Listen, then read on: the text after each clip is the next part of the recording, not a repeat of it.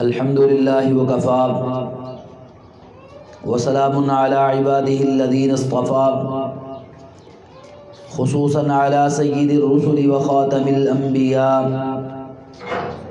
Ursula اللہ بالحق بشیرا ونذیرا وداعیا الی اللہ باذنہ وسراجا منیرا اللہم صلی وسلم علی نبینا محمد المصطفى صلی اللہ تعالی علیہ وآلہ وسلم کما تحب ربنا وترضى اما بعد فاعوذ باللہ السمیع العلیم وبوجہہ الکریم وسلطانہ القدیم من الشیطان الرجیم من ہمزہ ونفخہ ونفثہ بسم اللہ الرحمن الرحیم أَمَّن يُجِيبُ الْمُضْطَرَّ إِذَا دَعَاهُ وَيَكْشِفُ السُّوءَ وَيَجْعَلُكُمْ خُلَفَاءَ الْأَرْضِ أَإِلَٰهٌ مَّعَ اللَّهِ قَلِيلًا مَّا تَذَكَّرُونَ۔ حمد و ثنا خالق ارض و سماء اللہ وحدہ لا شریک کے لیے،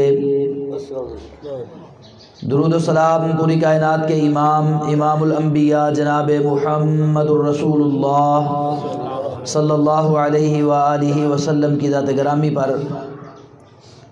اللہ رب العالمین سے دعا ہے کہ اللہ تعالی میرا اور آپ کا، ہم سب کا یہاں پر حاضر ہونا اپنی بارگاہ میں قبول و منظور فرمائے۔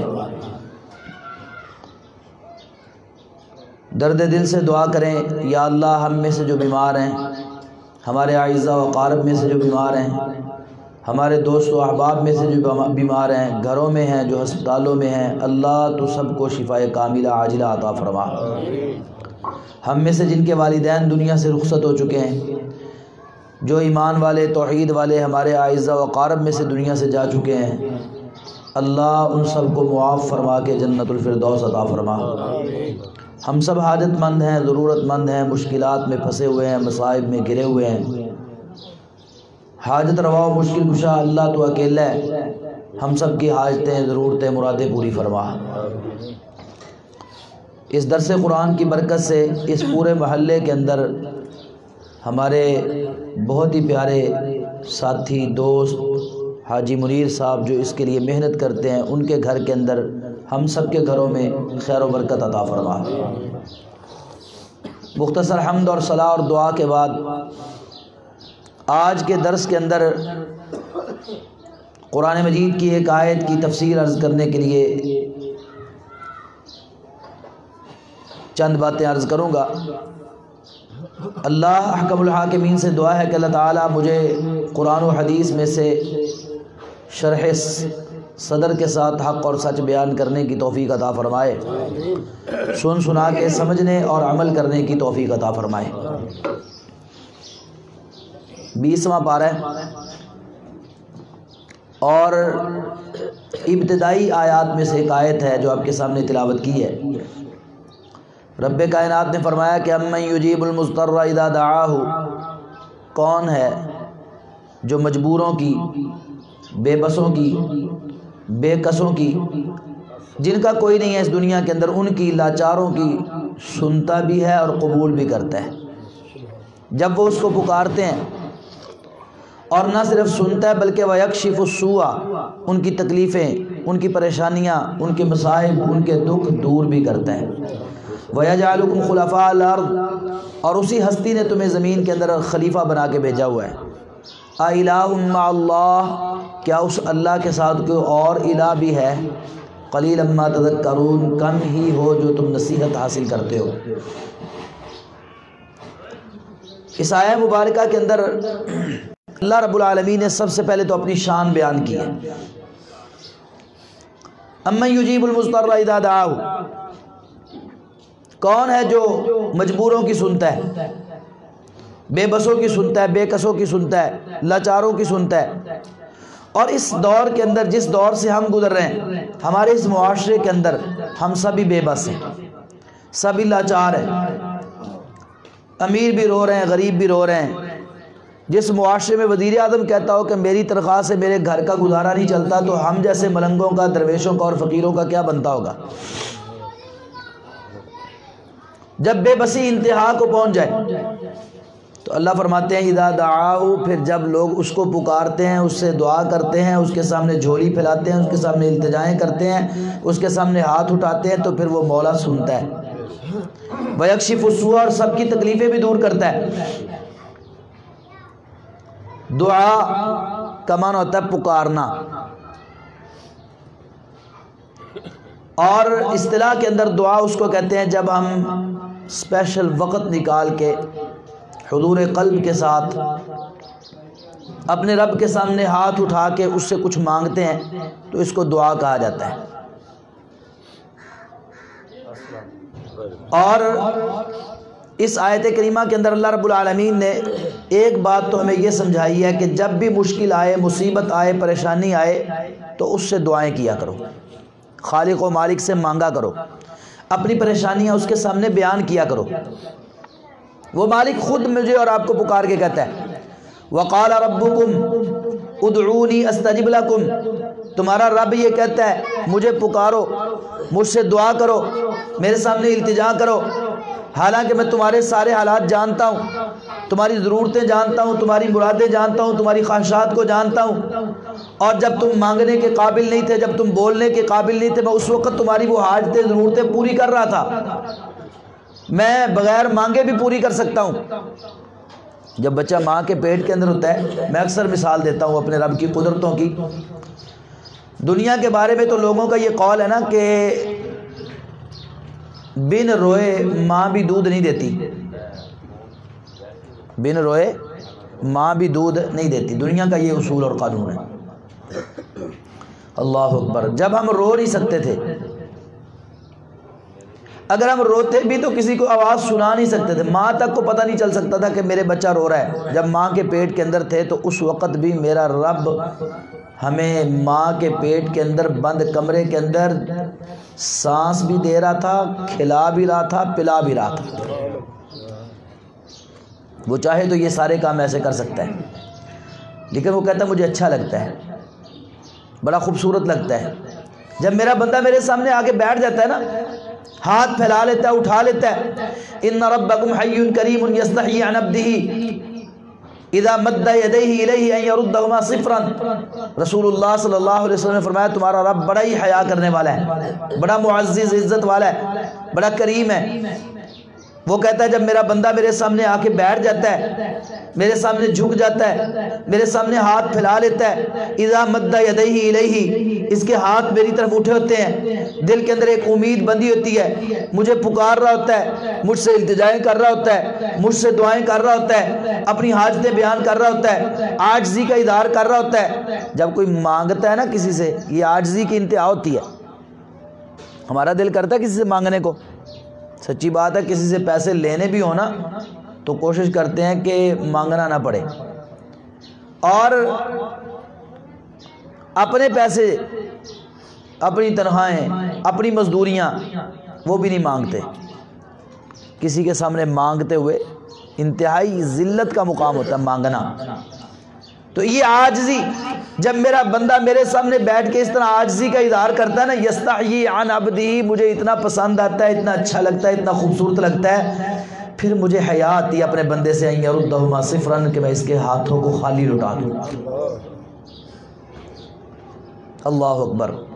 تو مجھے تجھے مخاطب کر کے پکار کے کہہ رہا ہے۔ دنیا کے اندر تو ہم یہ چاہتے ہیں کہ ہم سے کوئی مانگے نہ، جیسے ہم یہ چاہتے ہیں نا ہم کسی سے نہ مانگے، ایسے ہمارا یہ بھی خیال ہوتا ہے کہ ہم سے کوئی پتہ چل جائے نا یہ مانگنے والا آ رہا ہے تو پہلے کوئی بہانہ سوچنا شروع کر دیتے ہیں۔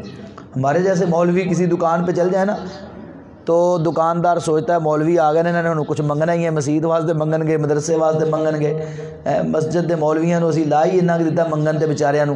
اللہ کی قسم جب یہودیوں کو دیکھتے ہیں، عیسائیوں کو دیکھتے ہیں، یہ باطل مذاہب کے لوگ، ان کے مولویوں کو ان کے پاس جا کے مانگنا نہیں پڑتا، ان کے ربیوں کو ان کے پاس جا کے مانگنا نہیں پڑتا، اللہ کی قسم نہیں مانگتے۔ کبھی کسی یہ عیسائی کو آپ نے دیکھا پادری کو کہ وہ دکانوں پہ عیسائیوں کی جا کے مانگ رہا ہو، چندے مانگ رہا ہو، رسیدیں کاٹ رہا ہو؟ ہمارے ملک میں عیسائی رہتے ہیں، آپ دیکھیں ذرا، یہ باطل مذاہب کے لوگ، یہ مرزائی جن کو ہم لعنتیں بھیجتے ہیں دن رات، قادیانی جو لعنت کے مستحق ہیں، جنہوں نے رسول اللہ صلی اللہ علیہ وسلم کی ختم نبوت کا انکار کیا، جھوٹے ترین وہ کبھی اپنی عبادت گاہ کے لیے چندہ نہیں مانگتے. ان کا طریقہ کیا ہے؟ جو اللہ نے مسلمانوں کو دیا تھا، وہ جو بھی کام کرتے ہیں نا، کاروبار کرتے ہیں، محنت کرتے ہیں، مزدوری کرتے ہیں، امیر سے لے کر غریب تک، اگر ایک شخص نے پورے دن کے اندر 1 روپیہ کمایا نا، اس کے گھر کے خرچے پورے ہوئے ہیں یا نہیں ہوئے، اس نے اپنے گھر میں کچھ کھانے کے لیے دیا ہے یا نہیں دیا، اس کی بیوی بھوکی مر رہی ہے، بچے بھوکے مر رہے ہیں، اس نے یہ رب کے ساتھ، وہ بھی تو رب کو مانتے ہیں نا، اپنے رب کے ساتھ یہ کمٹمنٹ کی ہوئی ہے، طے کیا ہوا کہ میں نے 1 روپے میں سے 4 آنے اپنے دین کو، اپنے مذہب کو دینے ہیں، اور وہ انتہائی اخلاص کے ساتھ وہ نکال کے پہنچا رہا ہے. آج دنیا کے اندر عیسائیت کیوں پھیلی ہوئی ہے؟ یہ کبھی انشاءاللہ اس موضوع پہ بات کروں گا تو میں آپ کو ایسی باتیں سناؤں گا، آپ حیران رہ جائیں گے. تو اب تو میرا موضوع یہ نہیں ہے. بہرحال ایک بات آ گئی تو کہنا چاہوں گا کہ ہم بھی اپنے رب کے ساتھ کاروبار کریں، اللہ کے ساتھ یہ وعدہ معاہدہ کریں کہ یا اللہ جو بھی کمائیں گے اس میں سے تیرا حصہ ضرور رکھیں گے. ہم بھوکے بھی مر رہے ہوں، اللہ کی قسم آپ رب کا حصہ دے، رب کبھی بھوکا مرنے، کبھی دے کے دیکھو. یہ عزم کر لو، طے کر لو، 1 روپیہ بھی کمانا ہے نا اگر ایک دن کے اندر، تو اس میں سے کچھ نہ کچھ 1 پیسہ ہی چاہے اللہ کے لیے وقف کرے. 1 پیسہ اپنے دین کی اشاعت کے لیے، اسلام کے غلبے کے لیے، مساجد کے لیے، مدارس کے لیے، غرباء کے لیے، فقراء کے لیے، مساکین کے لیے، یتیموں کے لیے 1 پیسہ ہی 1 روپے میں سے نکال لیں. 1% طے کر لیں، 100 میں سے 1 روپیہ دینا ہے، عزم کر لیں انشاءاللہ. اور میں رب کعبہ کی قسم اٹھا کے کہتا ہوں کبھی آپ بھوکے نہیں سوئیں گے. رب ایسی جگہ سے رزق دے گا جہاں سے کبھی ہم نے سوچا نہیں ہوگا. خیر، اللہ اکبر. ہمارا تو یہ قانون ہے کوئی مانگنے آ جائے تو بہانے شروع ہو جاتے ہیں. ایک بار مانگ لے، کبھی دے بھی دیں دل کھلا کر کے، دوسری بار آ جائے تو پھر پریشان ہو جاتے ہیں، تیسری بار آ جائے تو پھر اور پریشان ہو. حتیٰ کہ ایسا بھی دیکھا کہ 3-4 بار کے بعد دھکا دے کے نکال دے، چل دفعہ ہو، بس تو عادت ہی بنا لی، روز روز ہی آ جانا ہے. لیکن میرے رب کی عادت کیا ہے؟ وہ جتنا مانگو اتنا خوش ہوتا ہے. وقال ربکم ادعونی استجب لکم، خود پکار رہا ہے، خود آوازیں دے رہا ہے، آؤ میرے سامنے، مجھ سے مانگو، مجھ سے دعائیں کرو، میں تمہاری دعاؤں کو قبول کروں گا.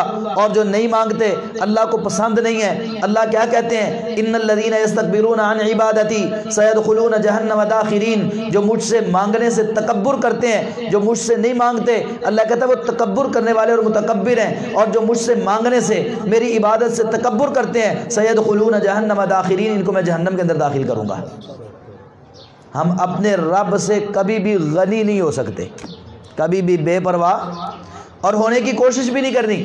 ہر دم رب سے مانگنا ہے، ہر دم اللہ کے سامنے جھکنا ہے. اللہ اکبر. کبھی میرا رب کس طرح ہمیں پکارتا ہے، وَإِذَا سَأَلَكَ عِبَادِي عَنِّي فَإِنِّي قَرِيبٌ.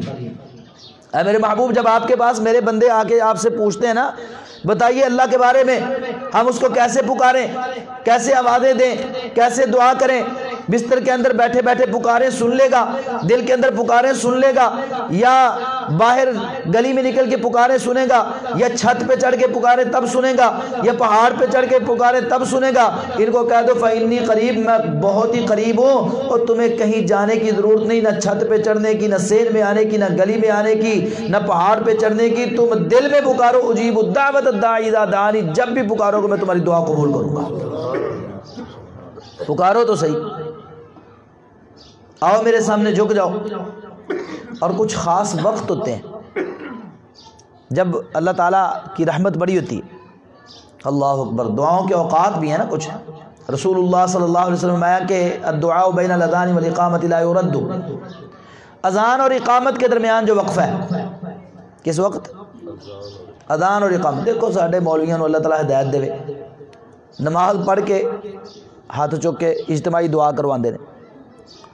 حالانکہ رسول اللہ صلی اللہ علیہ وسلم سے یہ ثابت نہیں ہے اس طرح آپ نے نماز کے بعد ہاتھ اٹھا کے اجتماعی دعا کروائی ہو. یہ رسول اللہ صلی اللہ علیہ وسلم نے کبھی نہیں کروائی. اللہ کے نبی صلی اللہ علیہ وسلم کون سا وقت بتا رہے ہیں ہمیں؟ فرمایا الدعاء بین الاذان والاقامۃ لا يرد. اذان اور اقامت کے درمیان جو وقفہ ہے، اذان ہوتی ہے نا تو ہم بیٹھے رہتے ہیں، اچھا چلتے ہیں جی، ابھی 5 منٹ ہیں، 10 منٹ ہیں ابھی، اچھا میں یہ چھوٹا سا کام کروں، مل ہی جاؤں گا نماز کے ساتھ. جس ٹائم کو ہم ضائع کرتے ہیں، کئی لوگوں کو میں دیکھتا ہوں مسجد میں آ کے وہ گپے مارتے رہتے ہیں. اذان کے بعد اللہ اکبر، یہ بڑا قیمتی وقت ہوتا ہے۔ رسول اللہ صلی اللہ علیہ وسلم کے اذان اور اقامت کے درمیان جو دعا کی جائے گی وہ رد نہیں کی جاتی، اللہ تعالیٰ اس کو ضرور قبول کرتا ہے۔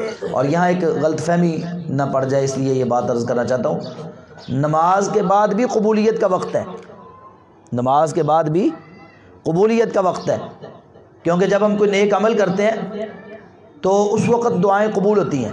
جناب ابراہیم خلیل اللہ علیہ السلام نے جب بیت اللہ کو تعمیر کر لیا، اسماعیل علیہ السلام بھی ساتھ ہیں، تو بیت اللہ کو بنانے کے بعد، تعمیر کرنے کے بعد اللہ کے سامنے بیٹھ گئے اور کیا کہتے ہیں؟ قرآن نے وہ منظر بیان کیا ہے، وَإِذْ يَرْفَعُ إِبْرَاهِيمُ الْقَوَاعِدَ مِنَ الْبَيْتِ وَإِسْمَاعِيلُ، ابراہیم اور اسماعیل دونوں نے بیت اللہ کی بنیادوں کو اٹھا لیا، دیواروں کو بنا لیا اور بیت اللہ کو تعمیر کر لیا، اور بیت اللہ کی تعمیر کے بعد دونوں بیٹھ گئے اور اپنے رب کے سامنے جھولی پھیلا لی، ہاتھ اٹھا لیے، وَإِذْ يَرْفَعُ إِبْرَاهِيمُ الْقَوَاعِدَ مِنَ الْبَيْتِ وَإِسْمَاعِيلُ رَبَّنَا تَقَبَّلْ مِنَّا إِنَّكَ أَنْتَ السَّمِيعُ الْعَلِيمُ، ہاتھ اٹھا کے دعا شروع کر دی، یا اللہ ہمارا یہ عمل اپنی بارگاہ میں قبول فرما، تو سننے والا جاننے والا ہے۔ ربنا وجعلنا مسلمین لک، اللہ ہمیں اپنا مسلمان بندہ بنا لے، ومن ذریتنا امۃ مسلمۃ لک، اور ہماری اولاد میں سے ایک امت مسلمہ پیدا فرما، وارنا مناسکنا وتب علینا انک انت التواب الرحیم، ہماری عبادت کے طریقے ہمیں سکھا دے، ہماری توبہ قبول کر لے، تو بہت زیادہ توبہ قبول کرنے والا مہربان ہے۔ ربنا وابعث فیہم رسولا،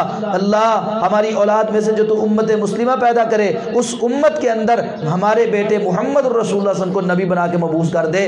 نیک عمل کرنے کے بعد ابراہیم علیہ السلام نے دعا کی، اللہ نے ایسی قبول کی، یہ امت مسلمہ بھی بیٹھی ہوئی ہے اور محمد رسول اللہ صلی اللہ علیہ وسلم کو اللہ نے وہ دعا قبول کر کے تیرا میرا نبی بنا کے بھیج دیا۔ مفسرین نے لکھا ہے کہ اس کا مطلب یہ ہے کہ جب آپ نیک عمل کرتے ہیں تو اس کے بعد دعا قبول ہوتی ہے، تو نماز بھی تو نیک عمل ہے نا۔ تو جو میں نے کہا نا یہ مولویوں کی عادت ہاتھ اٹھانے والی، اجتماعی دعا یہ بدعت ہے، اجتماعی دعا یہ بدعت، اکیلا آدمی نماز کے بعد ہاتھ اٹھا کے دعا کر سکتا ہے، قبولیت کا وقت اکیلا بیٹھے۔ اور یہ جو دعائیں کرتے ہیں نا آج کل مولوی، مجھے بڑا اختلاف ہے ان سے۔ ایک تو مجھے ان سے یہ اختلاف ہے کہ علم نہیں ہوتا ہمارے اللہ کے بندوں کے پاس، ایسی مجھے ایک دوست نے بتایا کہ ایک جگہ پہ ہم جنازہ پڑھنے گئے تو وہاں پر دعا اب قبر پہ کروائی جا رہی ہے، ایک اللہ کا بندہ امام ہی ہوگا مسجد کا تو دعا کروا رہا ہے، ہاتھ اٹھائے اور کہہ رہا ہے ربنا آتہم ضعفین من العذاب ولعنہم لعنا کبیرا، یہ دعا پڑھ رہا ہے۔ اب اس دعا کا کیا معنی ہے؟ یہ قیامت والے دن جب جہنمیوں کو جہنم کے اندر ڈالا جائے گا اس وقت وہ کہیں گے کاش ہم اللہ کی اطاعت کرتے، رسول اللہ صلی اللہ علیہ وسلم کی اطاعت کرتے، ہم تو دنیا کے اندر اپنے سرداروں کی اطاعت کرتے رہے، اپنے اکابرین کی بات مانتے رہے، انہوں نے ہمیں سیدھے راستے سے گمراہ کر دیا، ہمارے صوفیوں درویشوں مولویوں نے ہمیں سیدھے راستے سے گمراہ کر دیا۔ اس وقت جہنمی یہ دعا کریں گے ربنا آتہم ضعفین من العذاب، اللہ ہمارے یہ جاہل ملا اور مولوی، ہمارے یہ صوفی درویش، ہمارے یہ جاہل پیر، یہ جعلی پیر جو ہمیں تیرے دین سے گمراہ کرتے رہے، تیری عبادت سے گمراہ کرتے رہے، اپنی عبادت پہ لگاتے رہے، تیرے نبی کی سنت سے گمراہ کر کے اپنی منمانیاں کرواتے رہے، بدعات و خرافات پھیلاتے رہے اور ہمیں انہوں نے سیدھے راستے سے گمراہ کیا، یا اللہ ان مولویوں کو دوہرا عذاب دے اور ان پر لعنت بھیج۔ اس وقت یہ وہ جہنمی کہیں گے اور ہمارا مولوی بیچارہ وہ قبر پہ کھڑا ہو کے میت کے لیے دعا کر رہا ہے ربنا آتہم ضعفین من العذاب، اللہ اس کو دوہرا عذاب دے۔ یہ حال ہے ہمارا، اللہ تعالیٰ ہمیں معاف فرمائے۔ بھائی نہیں تجھے پتہ معنی کا تو اردو میں دعا کر۔ اچھا میں یہ کہتا ہوں دعا وہ ہوتی جو دل سے نکلتی، اور دل سے الفاظ نکالنے کے لیے عربی زبان بولنا ضروری نہیں ہے۔ ہاں اگر دعائیں قرآن کی یاد ہوں تو کیا ہی بات ہے، سنت سے موجود دعائیں، مسنون دعائیں یاد ہو تو کیا ہی بات ہے یار۔ اگر نہیں تو ہاتھ اٹھا کے اپنی پنجابی زبان میں ہی اللہ سے باتیں کرو۔ دعا کا معنی یہ ہم اللہ سے باتیں کریں۔ دوستوں کے پاس جاتے ہیں نا، شکوے کرتے ہیں، اپنی پریشانیوں کا اظہار کرتے ہیں، اپنے دکھ شیئر کرتے ہیں، آنکھوں سے آنسو بھی نکل آتے ہیں، اور سب سے ہمارا پیارا اور قریبی دوست اللہ رب العالمین ہے۔ کبھی اس دوست کے سامنے ہاتھ اٹھا کے پنجابی میں ہی اللہ کے سامنے اپنے حال بیان کیا کرو، اپنا دوست سمجھ کے اس کے سامنے اپنی دلی کیفیت، اپنے گھر کی کیفیت، اپنی مالی کیفیت، اپنی بیماریوں کے بارے میں اس سے باتیں کیا کرو۔ یہ ہے دعا۔ اور یہ ہمارے مولوی وہ دو چار دعائیں رٹی ہوتی ہیں، وہ کبھی تجربہ کرنا، یہ جو مولوی دعا کرواتے ہیں نا نماز کے بعد، وہ 2-4 دعائیں انہوں نے رٹی وہی بار بار پڑھیں گے، وہی روزانہ. میں بیمار ہوں، مجھے تو دعا چاہیے بیماری سے شفا کے لیے. آپ کے والدین فوت ہو گئے، آپ ان کے لیے دعا کروانا چاہتے ہیں. ایک بھائی کی مالی پریشانی ہے، کسی کی کوئی ضرورت ہے، کسی کی کوئی ضرورت ہے، وہ 3-4 دعائیں رٹی ہیں، بس وہ بیان پڑھ لیتا ہے اور ہم بھی منہ پہ ہاتھ پھیر کے اٹھ کے آ جاتے ہیں. اس کو دعا سمجھتے ہیں. یہ دعا نہیں ہے، معاف کیجئے گا. دعا ہے کہ مجھے اپنی ضرورت اللہ کے سامنے بیان کرنے کا موقع جو ملتا ہے اور میں وہ بیان کرتا ہوں اپنے لفظوں میں، یہ دعا ہے. التجا، فریاد. اللہ اکبر. لوگ آتے ہیں، وہ فوت ہو جاتا ہے نا کوئی، تو 3 دن تک لوگ بیٹھے رہتے ہیں گھر کے باہر چٹائیاں بچھا کے. اچھا، میں نے بڑی کوشش کی ہے کہ قرآن میں سے مجھے یہ عمل مل جائے، 3 دن اس طرح بیٹھے رہنے والا، حدیث سے مل جائے، کسی عالم سے بھی پتہ چل جائے کوئی سنت ہو اس طرح 3 دن بیٹھنا. مجھے نہیں ملا کہیں بھی. آپ کو بھی دعوت فکر دیتا ہوں، اگر کہیں ملے نا تو مجھے ضرور بتائیے گا جی فلاں جگہ پر رسول اللہ صلی اللہ علیہ وسلم نے 3 دن جو ہے نا اپنی فلاں بیوی کی یا فلاں بیٹے کی یا فلاں بیٹی کی یا فلاں کی یا فلاں صحابی نے 3 دن اس طرح پورا بچھا کے بیٹھا رہے. کدے ملے تو مینوں بھی دسیا جائے، علماء کو پوچھا جائے. مجھے نہیں ملا قرآن و حدیث میں سے. اور الحمدللہ یہ بھی نہیں ہے کہ میں پڑھتا نہیں ہوں. آپ سب جانتے ہیں الحمدللہ جو میری تعلیم ہے اور جتنی میں محنت کرتا ہوں علم کے حوالے سے، قرآن مجید کی تفسیر مکمل میں نے الحمدللہ درسوں کے اندر بیان کی ہوئی ہے صبح فجر کی نماز کے بعد، اور ایک بار نہیں. اور قرآن مجید تو کتنے لوگوں کو میں ترجمہ پڑھا چکا ہوں الحمدللہ مکمل. کتنے لوگوں کو میں الحمدللہ حدیث کی کتابیں، بچیوں کا ہمارا مدرسہ ہے، کتنی بار پڑھا چکا ہوں میں الحمدللہ. مجھے قرآن و حدیث میں سے یہ عمل نہیں ملا کہ 3 دن تک جناب پورا بچھا کے بیٹھے رہو. اچھا ہوتا کیا ہے اس پہ، میں آیا ہوں تو چلو جی دعا کرو جی، ہاتھ اٹھا لیں. اب پتہ نہیں کیا کہنا ہے، کیا چپ بیٹھے ہوئے ہیں سارے. 1 منٹ 2 منٹ اس کے بعد چلو جی یہ دعا نہیں ہے. وہاں پہ حکا چل رہا ہوتا ہے، آپ نے بھی دیکھا ہوگا. میں سگریٹ پی رہے ہوتے ہیں لوگ، اخبار پڑھی ہوتی، چغلیاں کر رہے ہوتے ہیں بیٹھ کے، غیبتیں ہو رہی ہوتی. ادھر سے میں آ گیا دعا کرو بھائی، چلو جی ہاتھ اٹھا. یار دعا کا مذاق بنایا ہم نے. دعا کہتے کس کو ہیں؟ اللہ اکبر. یہ کنسیپٹ سمجھے پہلے کہ دعا کیا چیز ہے. ہاتھ اٹھانا دعا نہیں ہے، اور دعا کے لیے ہاتھ اٹھانا ضروری بھی نہیں ہے. بات سمجھ آئی؟ یہ دعا کے لیے ہاتھ اٹھانا ضروری، آپ دل میں اپنے رب کو پکارتے ہیں، دل میں. رسول اللہ صلی اللہ علیہ وسلم سوئے ہوئے، رات کا وقت ہے، دروازہ کھٹکا. اماں جی عائشہ رضی اللہ تعالیٰ دروازے کے پاس تھی طرف، جلدی آنکھ کھل گئی. پوچھا کون؟ میں جی خولہ آئی ہوں رضی اللہ تعالیٰ عنہ. خولہ اس ٹائم کیا بات ہے، میں مسئلہ پوچھنا ہے. خولہ رات کا ٹائم، اللہ کے رسول سارا دن تھکے ہارے، سارا دن تبلیغ کرتے ہیں، سارا دن آپ کے اندر پھرتے ہیں، مدینے کی گلیوں میں پھرتے رہتے ہیں. دن کے وقت مسئلہ پوچھئے کرو. اب 4 گھنٹے آرام کرنا ہے، 2-4 منٹ سونا ہے، تھوڑا سا وقت سونا ہے، پھر اٹھ کے آپ نے بیدار ہو کے پھر آپ نے تہجد شروع کر دینی ہے، تو سو لینے دو، صبح آ جانا. خولہ کہتی بھولیے ایشا جنہاں نو مصیبتاں پہیاں ہون، جڑے مشکلات گھرے ہون، انہاں دی صبح چھیتی نہیں ہوندی، انہاں دا سورج نہیں نکلتا جلدی، انہاں دی پو نہیں پھٹدی. اللہ اکبر. رسول اللہ صلی اللہ علیہ وسلم کی بھی آنکھ کھل گئی. عائشہ کون ہے؟ خولہ آئی ہے جی، مسئلہ پوچھنا چاہتی ہے. میں اس کو کہہ رہی صبح آ جانا، آنے دو. میرے نبی کتنے شفیق تھے، رحیم تھے. خولہ کیا بات ہے جی، خامد نے زہار کر لیا ہے. زہار کہتے ہیں کہ کسی کو اپنی بیوی کو خامد یہ کہہ دے تو میری ماں ہے، انت علیہ کظہر امی. عرب کے اندر طلاق دینے کا ایک طریقہ یہ تھا کہ زہار کرتے تھے، کہتے تو میری ماں لگے. تو اتنے بھی کہتے نا کہ لوگ یہ تو ہے کہتا تو میری ماں ہی لگے. پھر تو عرب کا دستور تھا کہ اس سے طلاق ہو جاتی تھی. قرآن و حدیث میں اس پہ کوئی مسئلہ نہیں آیا تھا ابھی. تو اللہ کے رسول صلی اللہ علیہ وسلم نے فرمایا ابھی خولہ میں اب کیا کر سکتا ہوں، اگر اس نے زہار کر لیا ہے تو میں کیا کر سکتا ہوں، حضور کوئی حل نکال لیں. اللہ اکبر. میرے مصطفیٰ اتنی دیر تک بولتے وما ينطق عن الهوى ان هو الا وحی، جب تک وحی نہ آ جاتی تھی اللہ کے رسول بھی اپنی مرضی سے نہیں بولتے تھے. عائشہ میں کچھ نہیں کر سکتا. بس یہ بات دل کو لگی تو دل سے ہی فریاد نکلی ہے. کوئی ہاتھ نہیں اٹھائے، کوئی اونچی آواز میں بات نہیں کی، دل میں ہی. اس رب سے کال ملا لی، یا اللہ تیری بندی پریشان ہے، گھر سے نکال دی گئی ہے، رات کا وقت ہے، نیند اڑی ہوئی ہے، جاؤں تو کہاں جاؤں، نیند نہیں آ رہی، سویا نہیں جا رہا، اور تیری بندی عائشہ کہہ رہی جا صبح آنا۔ اللہ میں کہاں جاؤں، کس کے در پہ جاؤں، تیرا نبی جواب دیے بیٹھا ہے، کہاں جاؤں۔ اللہ اکبر، دل سے ہاں نکلی، آسمان سے قرآن نازل ہونا شروع ہو گیا اسی وقت۔ قد سمع اللہ قول التی تجادلک فی زوجہا وتشتکی الی اللہ واللہ یسمع تحاورکما ان اللہ سمیع بصیر۔ میرے نبی جو آپ کے ساتھ اپنے خامد کے بارے میں شکوے کر رہی ہے اور اللہ کے سامنے التجائیں کر رہی ہے، اللہ نے سن لی اس کی بات، جائے اس کو کہہ دے اللہ نے تیری خاطر فیصلے بدل دیے ہیں، آج کے بعد جو زہار کرے گا ماں کہنے سے کوئی ماں بن جاتی۔ اللہ، یہ ہے دعا، دل سے آواز نکلے، اور جب دل سے آواز نکلتی ہے نا تو پھر اللہ کا عرش پہ حرکت میں آ جاتا ہے، قرآن نازل ہونا شروع ہو گیا اسی وقت۔ اللہ اکبر۔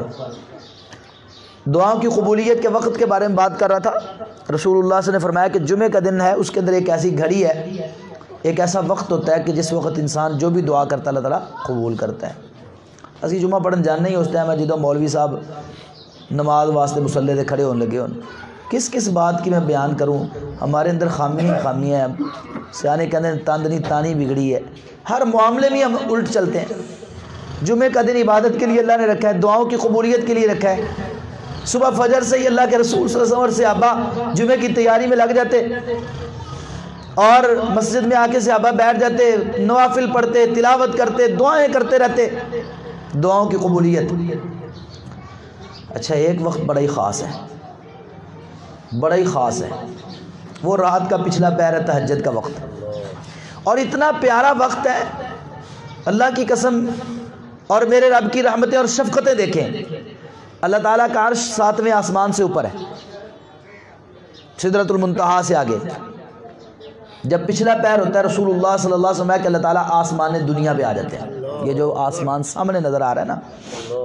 اچھا، میرا رب عرش پہ ہے تو وہاں پہ بھی تو اسی طرح سنتا ہے، میرے رب کی قدرتیں ہیں، وہ ایسا سمیع بصیر ہے، ایسا دیکھنے والا سننے والا ہے کہ اگر کالی گھٹا چھائی ہوئی رات کے وقت اندھیرا چھایا ہوا ہو اور ایک گھنا جنگل ہو، گھنے جنگل کے اندر جہاں پر دن کو کچھ نہ نظر آتا ہو وہاں پر رات کی گھٹاؤں میں اور کلکوں میں اور اندھیروں میں اوپر سے یہ درختوں کی چھائیں اور اندھیرے، اور پھر اس درختوں کے ایک جنگل کے اندر کالے سیاہ پتھر کے اوپر ایک کالی سیاہ رنگ کی چھوٹی سی چیونٹی چلتی ہے نا رات کے کسی پہر، تو میرا رب اس چلتی ہوئی چیونٹی کو دیکھ بھی رہا ہے اور اس کے قدموں کی آہٹ بھی سن رہا ہے۔ وہ رب آسمان دنیا پہ آ جاتا ہے، قریب اور قریب آ جاتا ہے۔ کیا مطلب ہے اس کا؟ پھر خود آوازیں لگا، اٹھو بھائی، حل من مستغفر، ہے کوئی بخشش کا طلبگار؟ بڑا گناہ گار، خطا کار، سیاکار ہو، آگے مجھ سے معافیاں مانگ لے۔ حل من مسترزق، ہے کوئی رزق کا طلبگار؟ اور جس کے پاس پیسے نہیں ہیں، مال نہیں ہے، بھوکا سویا ہو، جس کے مال نہ ہونے کی وجہ سے رشتہ دار بھی ساتھ چھوڑ گئے ہوں، اعزاء و قارب اس کے ساتھ سلام لینے کے لیے تیار نہ ہو۔ حل من مسترزق، کوئی فقیر، کوئی منگتا آئے میرے سامنے بیٹھ کے مجھ سے مانگے، میں عطا کروں۔ حل من مستشفی، کوئی شفاعت کا طلبگار۔ اللہ اکبر، جس کے پاس علاج کے پیسے نہیں ہیں یا پیسے ہیں تو ڈاکٹروں نے جواب دے دیا، وہ کہتے تیرا علاج نہیں ہو سکتا، بیمار لاچار۔ حل من مستشفی، آئے میرے سامنے بیٹھ کے مجھ سے شفا مانگے۔ رب آسمان دنیا پہ آ کے خود مجھے اور تجھے بلاتا ہے، اٹھ اور مجھ سے مانگ، اور اس وقت جو مانگا جاتا ہے رب دیتا ہے۔ اللہ اکبر۔ کچھ لمحے ایسے ہوتے ہیں یقین کے، اعتماد کے، رب کے اوپر جتنا آپ یقین پختہ کر لیں گے نا اتنا ہی اللہ رب العالمین نوازے گا۔ بسا اوقات ہوتا ہے کہ انسان ساری زندگی مانگتا رہتا ہے، لیکن زبان سے تو مانگتا رہتا ہے لیکن وہ دل میں وہ بات نہیں ہوتی۔ کچھ لمحے ایسے آ جاتے ہیں زندگی کے اندر۔ زکریا علیہ السلام مجھے یاد آ گئے، شادی ہوئی، جوانی گزر گئی، بڑھاپا آ گیا، اولاد نہیں ملی، اور ساری زندگی مانگتے رہے۔ قرآن بھرا پڑا ان کی دعاؤں سے، ربی لا تذرنی فردا وانت خیر الوارثین، یا اللہ مجھے اکیلا نہ چھوڑنا، تو بہترین وارث ہے، خوبصورت وارث عطا فرما۔ ربی انی وہن العظم منی واشتعل الراس شیبا، یا اللہ میرے سر کے بال سفید ہو گئے، میری بیوی باج ہو گئی ہے۔ اور یقین کتنا ہے، ایک جملہ ہے مجھے بڑا پسند ہے، میں تو جب بھی رب سے دعا کرتا ہوں اللہ کی قسم یہ جملہ بولتا ہوں، اور کبھی ایسا نہیں ہوا کہ میری دعا قبول نہ ہوئی ہو۔ میں نے اپنے رب سے ناممکن چیزیں مانگی جو ممکن ہی نہیں ہے، آپ سوچ بھی نہیں سکتے، اللہ نے وہ بھی دی۔ اللہ کی قسم میں اپنی سچی بات بتا رہا ہوں، تجربات۔ صرف مانگنے کا طریقہ آنا چاہیے، سلیقہ آنا چاہیے۔ زکریا علیہ السلام کیا کہتے ہیں؟ کہتے ہیں وَلَمْ أَكُمْ بِدُعَائِكَ رَبِّ شَقِيًّا، یا اللہ جب بھی تجھ سے دعا کی ہے کبھی تو نے خالی ہاتھ واپس بھیجا ہی نہیں ہے۔ آپ مجھے بتائیں ایمان سے، جوانی گزر گئی مانگتے، بڑھاپا گزر گیا مانگتے، بیٹا نہیں ملا، ہم ہوتے تو ہم کیا کہتے؟ یا اللہ اتنی دیر ہوئی مانگتے ہیں ابھی تک تو ملیا نہیں۔ اور زکریا علیہ السلام کے الفاظ کیا ہیں؟ کئی لفظ اللہ کو بڑے پسند آتے ہیں، وَلَمْ أَكُمْ بِدُعَائِكَ رَبِّ شَقِيًّا، یا اللہ جب بھی تجھ سے دعا کی ہے، جب بھی تجھ سے مانگا ہے، جب بھی تیرے سامنے ہاتھ پھیلائے، آج تک تو نے مجھے خالی ہاتھ لٹایا ہی نہیں۔ اللہ اکبر، مانگتے رہے مانگتے رہے۔ اللہ اکبر۔ مریم علیہ السلام کا نام آپ جانتے ہوں گے، عیسیٰ کی والدہ۔ جب یہ پیدا ہوئی تو ان کی والدہ نے ان کے پیدا ہونے سے پہلے یہ منت مانی تھی کہ اللہ تو مجھے اولاد عطا فرما تو میں تیرے راستے میں وقف کر دوں گی۔ جب بیٹی پیدا ہوئی تو بڑی پریشان ہوئی کہ اس نے کہا کہ میں نے تو سوچا تھا بیٹا پیدا ہوگا تو میں وقف کر دوں گی، تو یہ تو بیٹی پیدا ہوئی، کیا کروں؟ اللہ نے کہا کہ فکر نہ کرو، وَلَيْسَ الذَّكَرُ كَالْأُنثَىٰ، اللہ نے تجھے ایسی بیٹی دی ہے جس کا مقابلہ مرد بھی نہیں کر سکتے۔ کئی عورتیں اتنی عظیم ہوتی ہیں۔ اللہ اکبر۔ تو اب بیٹھ گئے سارے مشورہ کرنے کے لیے بھی اس کی پرورش کون کرے گا، یہ تو وقف ہو گئی ہے۔ قرہ ڈالا گیا تو زکریا علیہ السلام کا نام نکلا، یہ ان کے خالو تھے۔ تو زکریا علیہ السلام کے پاس وہ آگئی بچی، اب بڑی خدمت کرتے ہیں، اولاد بھی نہیں تھی، اولاد کی طرح پالنا شروع کر دیا، بڑی خدمت کی، بڑی محبت کرتے، بڑی شفقت کرتے، بچی جوان ہونا شروع ہو گئی۔ اللہ اکبر۔ اور بچی بھی بڑی نیک، الگ تھلگ ایک کمرے میں بیٹھی رہتی، عبادت کرتی رہتی۔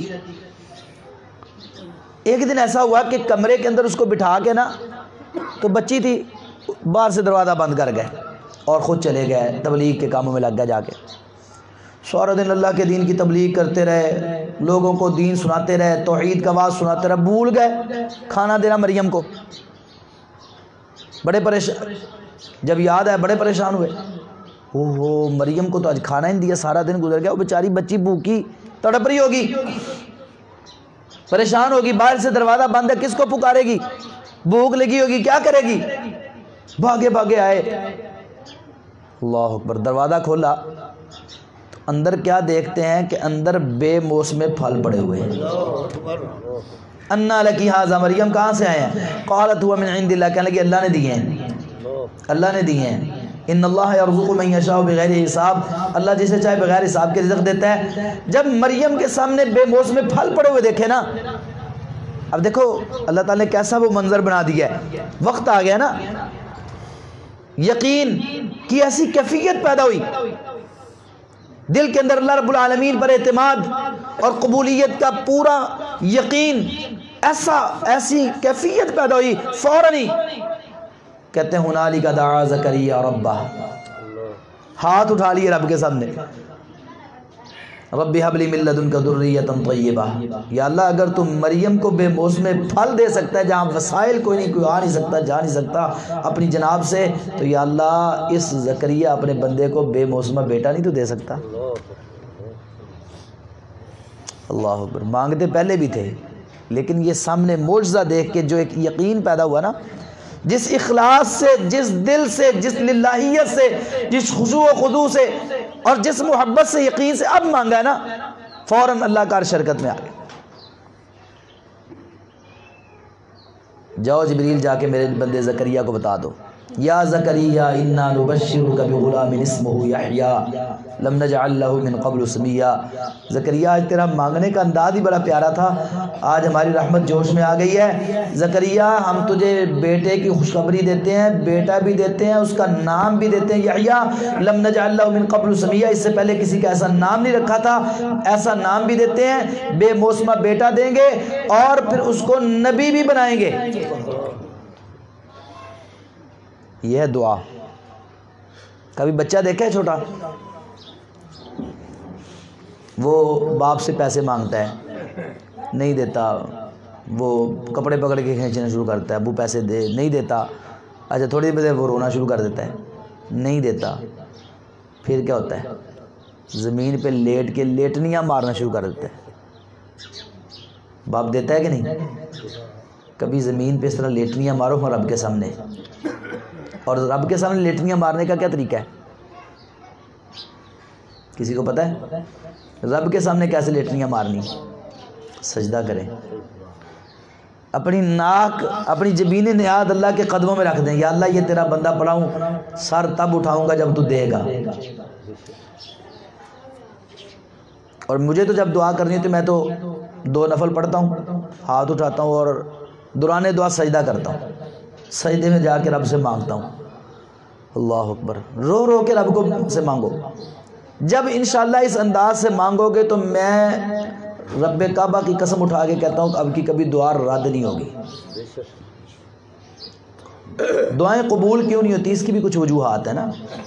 ایک تو ہمیں مانگنے کا طریقہ نہیں آتا، دوسرا جن لوگوں کے کاموں کے اندر، مال کے اندر حرام شامل ہوتا ہے اس کی دعائیں بھی قبول نہیں ہوتی، شرک کرنے والوں کی دعائیں بھی اللہ قبول نہیں کرتا، دین کو ترک کرنے والے، قرآن و سنت کی مخالفت کرنے والے بھی اللہ تعالیٰ ان سے ناراض ہو جاتے ہیں، ان کی دعائیں قبول نہیں کرتے۔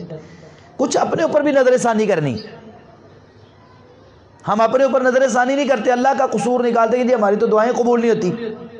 اور آخری بات عرض کر دوں، اللہ رب العالمین نے آخر میں جو اس آیت کے جملہ بولا نا وہ کیا ہے؟ اِلٰہٌ مع اللہ، کیا اللہ کے علاوہ کوئی اور الہ ہے؟ کیا مطلب ہے یہ بات یہاں کرنے کا؟ مطلب ہے جب بھی دعا کرنی ہے تو کس سے کرنی ہے؟ اللہ سے، اللہ کے علاوہ کسی اور سے دعا نہیں کرنی، کسی اور کو پکارنا نہیں، کسی اور سے مانگنا نہیں ہے۔ آیت سے مجھے یاد آ گئی تفسیر ابن کثیر کی ایک بات، علامہ ابن کثیر رحمہ اللہ تعالیٰ نے اس آیت کی تفسیر میں لکھا ہے، من یجیب المضطر، یہ 20 پارے کی جو شروع میں نے پڑھی نا، تلاوت کی ہے، کہتے بھی ایک آدمی نے میرے پاس آ کے مجھے بات سنائی، بھی آپ عالم دین ہیں، قرآن پڑھتے پڑھاتے ہیں، تفسیریں لکھتے ہیں، حدیثیں لکھتے ہیں، تو میں بھی آپ کو ایک بات سناتا ہوں، قرآن کی بات، تاثیر۔ کہتے میں جس طرح ہمارے ہاں یہ رکشہ چلاتے ہیں اور یہ سواریاں ڈھونے کا انتظام کرتے ہیں، ایسے پہلے دور میں ہوتا تھا کہ جس نے کہ یہ لوگوں نے خچر پالے ہوتے تھے، تو خچروں پہ ایک آدمی پیچھے بٹھایا مسافر، اور اس کو اس کی منزل پہ پہنچایا اور کرایہ لے لیا۔ کہتا میں بھی اس طرح خچر پہ بار برداری کا کام کرتا تھا، میرا یہی کام تھا، بچوں کی پرورش کا طریقہ یہی تھا، میں جاتا خچر کھڑا کرتا سٹینڈ پہ جہاں پہ وہ ہوتا ہے وہ اڈا، تو وہاں پہ لوگ آتے پوچھتے ہیں جانا ہے تو کرایہ طے کر کے ہم چلے جاتے، جو پیسے ملتے گھر کا خرچہ چلاتا، یہی میری ساری زندگی کا معاش اسی پہ ہی تھا۔ ایک دن ایک شخص آیا، کہنے لگا بھئی میں نے فلاں شہر جانا ہے تو میرے ساتھ چلو گے؟ جی ٹھیک ہے چلوں گا، میں تو کھڑا اس لیے ہوں، کرایہ طے ہو گیا۔ اب چلنا شروع ہو گیا، وہ بیٹھ گیا میرے پیچھے، چلتے چلتے ایک جگہ ایسی آئی جہاں پہ دو راہ آ گیا، ایک راستہ وہ ہے جس راستے سے میں جاتا تھا، پہلے بھی سواریاں لے کے جاتا تھا، مجھے علم تھا اس راستے کا، تو جب میں نے اس راستے پہ سواری کو موڑا تو کہنے لگا بھئی آپ ادھر کدھر جا رہے ہو؟ کہتے میں اسی شہر میں جا رہا ہوں، یہ راستہ ادھر ہی جاتا ہے۔ وہ کہتے یہ تو بڑا دور کا راستہ ہے، یہ جو سیدھا اس طرف راستہ جا رہا ہے یہ بڑا قریب ہے، آپ کبھی اس راستے پہ نہیں گئے؟ نہیں جی میں تو کبھی اس راستے پہ نہیں گیا، تو یہ قریب ہے، چلو مجھے پتہ ہے اس راستے کا، چلو ادھر سے چلتے ہیں، آج یہ بھی راستہ دکھاتا ہوں تمہیں۔ چل پڑے، کہتے تھوڑی دور گیا تو آبادی ختم ہونی شروع ہو گئی، بیابان شروع ہو گیا، ڈر لگنے لگا دور سے ہی، میں بڑا پریشان کدھر لے آیا، تھوڑا آگے گیا تو جنگل شروع ہو گیا، تو ویرانہ جنگل، نہ کوئی انسان، نہ کوئی چرند، نہ کوئی پرند، میں بڑا پریشان ہوں۔ میں نے کہا بھائی کدھر لے آئے ہو؟ کہتا نہیں یہ قریب ہی ہے، بس اب قریب ہی آنے والے، چلو۔ تھوڑا آگے گئے تو کہتا بھی ٹھہرو یار مجھے پیشاب آ گیا، رکو پیشاب کر لو۔ میں نے سواری کو روکا، تو وہ بھی اترا، میں بھی اترا تھوڑا سا سستانے کے لیے. تو اترتے اس نے کیا کیا کہ خنجر نکالا اور میری گردن پہ رکھ دیا. جو کچھ ہے تمہارے پاس نکال دو، یہ خنجر بھی میرا ہے اور تمہیں قتل کر دوں گا. میں نے اس کے واسطے ڈالنے شروع کر دیے، بھی اللہ کے بندے دیکھ، تو ایک تو مجھے یہ لے کے آئے، میں غریب آدمی ہوں، میرے بچے ہیں، بیوی ہے، وہ ان کو کون پالے گا؟ تو مجھے قتل کر دے گا. تو چلو ایسے کرو کہ تم مجھ سے پیسے لے لو، خنجر لے لو، مجھے چھوڑ دو، میری جان بخش دو، میں چلا جاؤں. اس نے کہا اگر تجھے چھوڑ دوں گا تو شہر میں جا کے بتا دے گا. کہتا جب اس نے یہ باتیں کی تو میری بھی تھوڑی سی حیرانگی ہوئی، بھی میرے ساتھ کیا بن گیا، پریشان ہوا. تو ادھر ادھر دیکھا تو میں نے دیکھا اور بھی کچھ لاشیں گلی سڑی پڑی تھی وہاں پر نا، جو مجھے سمجھ آ گئی کہ یہ بندہ ہے ہی قاتل اور ڈکیت، یہ مجھے نہیں چھوڑے گا، یہ تو عادتاً قتل کرتا ہے. میں نے بڑے ترلے ڈالے، بڑا اس کے سامنے رویا. اب دیکھو نا، انسان کو موت سامنے آ رہی ہے تو کیسے ہاتھ جوڑے گا؟ رو رو کے ہاتھ جوڑ جوڑ کے معافیاں مانگتا رہا، مجھ سے کچھ مجھے چھوڑ دو، میرے بچوں کو پالنے والا کوئی نہیں ہے. تو اس نے کہا تجھے نہیں چھوڑ سکتا، قتل کروں گا. اللہ اکبر. جب اس نے دیکھا نا کہ میں نے دیکھ لیا کہ اب میری جان بخشی کا کوئی معاملہ نہیں ہے، میں نے کہا یار قتل تو تم نے کرنا ہی ہے، ایک چھوٹی سی مجھے اجازت دو کہ میں اللہ کے پاس جانے سے پہلے 2 رکعت نماز پڑھ لوں. اس نے کہا چل نماز پڑھ لے. آج تک کسی نے ایسی خواہش نہیں کی، میں نے بڑے لوگوں کو قتل کیا ہے، تو اچھا آدمی لگتا ہے، چل تجھے اجازت دیتا ہوں 2 رکعت نماز پڑھ دو. کہتا میں نماز عید کے کھڑا ہو گیا، اب مجھے کیا پڑھنا آنا تھا؟ آپ کے سر پہ کوئی گن لے کے کھڑا ہو، آپ جنگل کے اندر بیابان کے اندر ہو، کوئی تیسرا بندہ دیکھنے والا نہ ہو، کوئی سننے والا نہ ہو، آپ چیخیں چلائیں کہیں آواز نہ جا سکے، تو آپ کیا کریں گے وہاں پر؟ بندے آواز خطا ہو جاتے ہیں.